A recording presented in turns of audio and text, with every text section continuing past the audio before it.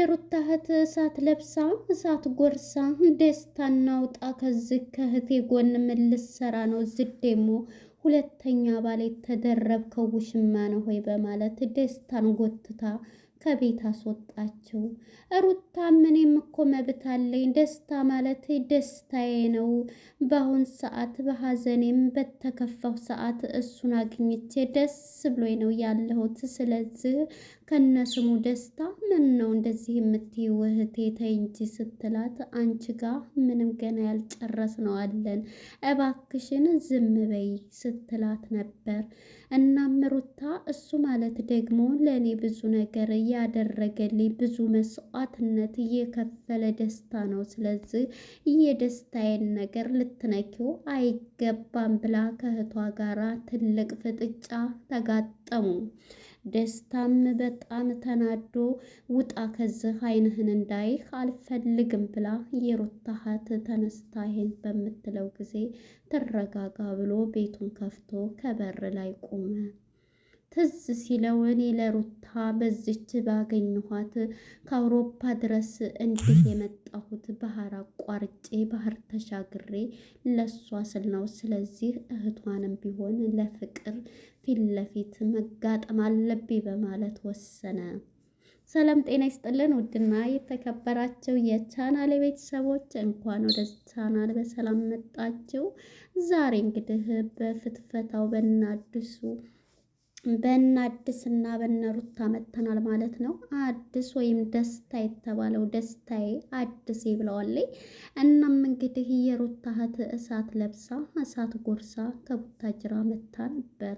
ሰፕራይዝ ላደርግ በሚዲያ የማየውን ደግሞ ልጠይቅሽ ካንቺ መልስ አገኛለሁ ስል ጭራሽ እግሩን ሰቅሎ ከሶፋ ላይ ቁጭ ብሎ አገኘሁት በማለት የሩታ እህት ተሰላምታዋ እህቷን ሰላም ካላይ በኋላ አይኗን በማፍጠጥ ተነስ ከዚህ ምን አይነት ነገር ነው የምታካሂደው ስትለው፣ እሷም ሩታም እንደ ምን ሆነሽ ነው ተረጋጊ ስትላት፣ አንቺ ዝም በይ እስኪ በማለት አንተ መሀል ላይ ገብተህ ምንድነህ ሁለተኛ እንደዚህ እነሱ መሀል ገብተህ ምን እየሰራህ ነው ስትለውም፣ እኔ ምን አጠፋው ምንድነው ያረኩት? እኔ ከአውሮፓ ድረስ እሷን ሩታን ፈልጌ ነው ስንት ስራ ትቼ የመጣሁት በማለት ከአውሮፓ ባህር ማዶ አቋርጬ አለ እናት ኢትዮጵያ ሀገር የመጣሁት ለእሷ እንጂ ከአውሮፓ ነቅነቅ አልልም ነበር ሲል፣ እንግዲህ የሩታ እህት የምታወራው አይገባኝም ና ከፊት የሄድልኝ ውጣ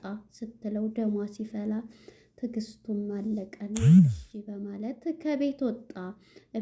በር ላይ ቆሞ ለምንድን ነው እህቴ እንደዚህ የምትሆኘው? መጀመሪያ እኮ ከውጭ እየመጣች ነው። ስለዚህ መረጋጋት አለብሽ። ስለ ልጁ ደግሞ በእኔና በሱ መሀል ምንድን አደረገ? ምንም ያጠፋው ነገር የለም። ለምን እንደዚህ ታያለሽ? እያለቻት ነበር። እሱ ምንም ያደረገ የለም። አብርሃም የሚባለው የልጅ አባት እናንተ እኮ ልጅ ወልዳቸዋል ብትል ልጅ ቢወልድስ እሱ ልጅ ከመውለደ በፊት ብዙ ነገር ሂዷል። ብድር ነው ወይ ብትላትም አይ የራሴን ህይወት በራሴ የመወሰንም የማድረግ መብት ራሴ ነኝ። አንቺም ሆንሽ ማንም ሊወስንልኝ አይገባም። አብርሃምም የሚባለው የልጅ አባት እንኳን ሆኖ ቢሆንም ጸባዩ እንደዚህ ሆኖ በፍጹም ለእሱን እንትን ልወስድ አልፈልግም በማለት ነበር ለእህቷ ስታስረዳት የነበረው። ይሄን የሰማው አብርሃምም ከሄርሜላ ጋር አዲስ ቤት የገዛችልኝ ጋር አብሬ መኖር አለብኝ፣ ካሁን በኋላ ከሩታ ጋር ከተለያየን ምን ልንሰራ ነው በማለት እንግዲህ አብርሃም በአንድ ጎን ሂዷል። እሷም ደስታን አምጥታ ከሶፋው ላይ ቁጭ እንዳረገችው ከቤት አስወጣችው የሩታ እህት። የሩታ እህትም እንግዲህ ይሄንን ሲሰማ እሱም ተነስቶ እንዴ እኔ ግን ምን አድርጌ ነው መለስ አለና፣ እሷ ብቻዋን ሆና እሱ ከማንም ሴቶች ጋር ሲንዘላዘል የነበረ እኔ ለእሷ ምን አድርጌያለሁ? ምንድን ነው አሰሩኝ? ለእሷ ብዙ መስዋዕት በዚህ ጊዜ ታስሬያለሁ፣ ተደበድቤያለሁ። ምክንያቱም ወንድ ነው እኮ እያለች ነበር። ሩታም ለእኔ ብዙ ከፍሏል፣ ስለዚህ አትናገሪው እህቴ ብትላት፣ በቃ እኔ እኮ ታውቂኛለሽ፣ ምንም ስሜቴን መቆጣጠር አልችልም፣ ካልተናገርኩም አያስችለኝም እያለ ነበር። እሱም ወጥቶ ባህር ማዶን እየመጣሁት እሷን ፈልጌ ነው፣ ስለዚህ ለምን እንደዚህ ታደርጊኛለሽ ቢላትም እሷም ተረጋጋች። እኔ በእርግጥ አዎ ቤቷ ሰተት ብዬ መንጣቴ ይሄ ነውር ይሆናል፣ እንደ ሀገራችን እንደ ባህላችን ሽማግሌ ልኬ በወግ በማዕረጉ ማድረግ ነበረብኝ። እዚህ ይሄን ብቻ ነው ገብቼ የተገኘሁት እንጂ ሌላ ጥፋት ያረኩትም የለ። ሰው በሚያስፈልጋት ጊዜ ከጎኗ ሁኛለሁ ሲል፣ አዎ ደስታዬ፣ የደስታዬ ምንጭ ነህ አንተ። ሰው በምታስፈልገኝ ጊዜ ከጎኔ የሆንክ ነህ። እሱ ትቶኝ ብዙ ነገር ሲያደርግ ነበር፣ አንተ ግን ከጎኔ ሆነህ ደስታዬን ስትሰጠኝ ነበር። የኔ ደስታ ከረሚላ ስትለው ነበር ሩታ።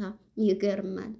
እናም እንግዲህ የሩታ እህትም ከተረጋጋች በኋላ እሱም ይሄንን ገብቶ ይሄን ባላ ጊዜ ይሄን ከሆነ ይቅርታ፣ ስሜታዊ ሁኝም እንትን ካልኩ መምጣቴ ቤተሰብ እንትን ሳልል ይሄ ማድረጌ በፍጹም ስህተት ነው እያለ ሲላት ነበር። እናም ደስታም እንግዲህ ይሄን ብሎ ተነስቶ ይሄዳል ማለት ነው።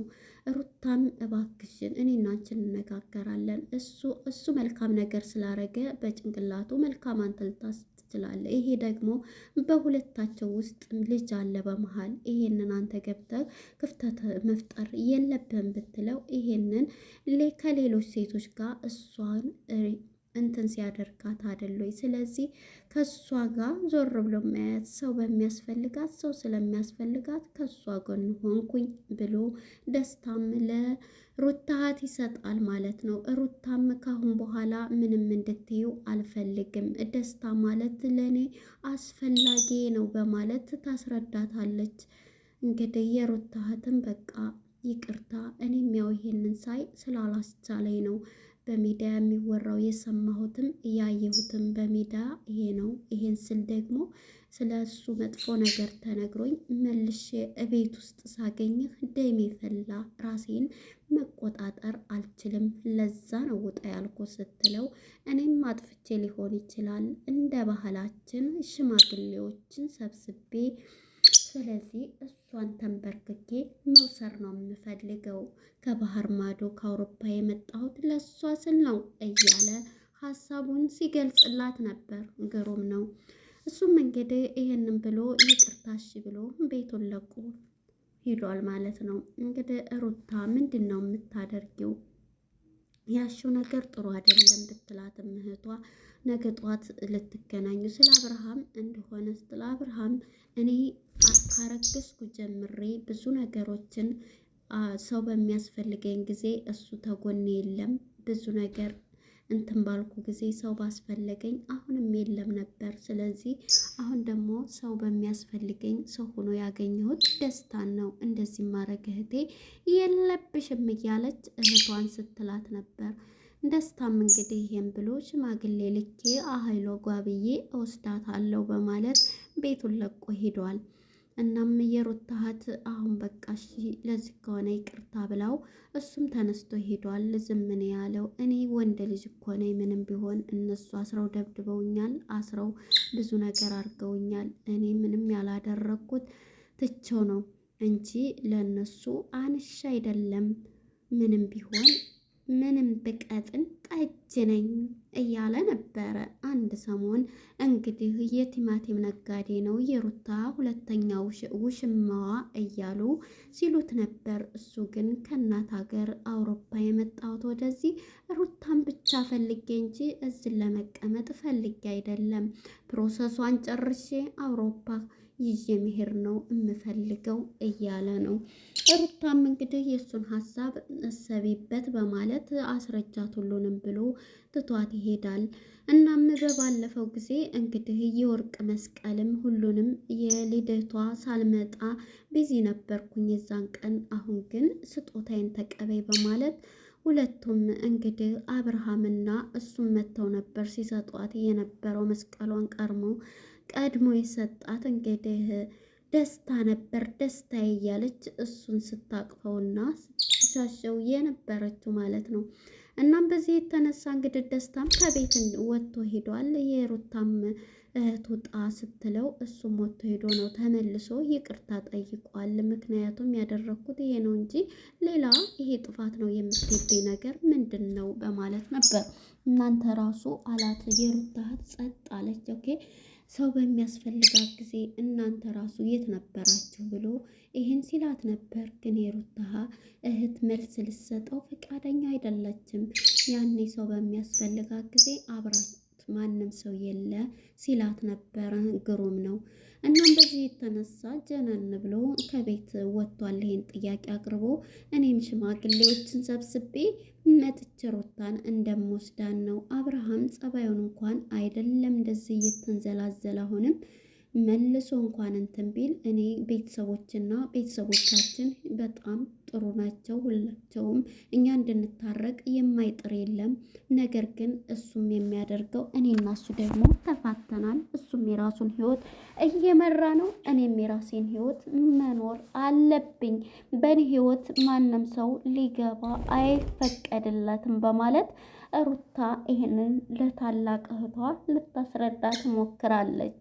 እሷም እኔ ከሱ ጋር ሂጂ አትሂጂ አይደለም ግን እየሆነ ያለው ጥሩ አይደለም አሁን ላይ ስትላት፣ ለእኔ ተመችቶኛል። በአሁኑ ላይ ደስታ ከነስሙ ደስታ እየሰጠኝ ነው። ስለዚህ ምንም አትበይው እህቴ ብላ እህቷን አረጋግታት፣ እሺ ካልሽ አሁን በቃ እርቦኛል ምሳ ተያይዘን ሂደን በልተን እንምጣ እያለቻት ነበር። እንግዲህ ደስታም እንግዲህ በደስታው በዚህ ኪዷል ማለት ነው። እንግዲህ እንደቀጠለ ነው። አብርሃም ደግሞ ወደ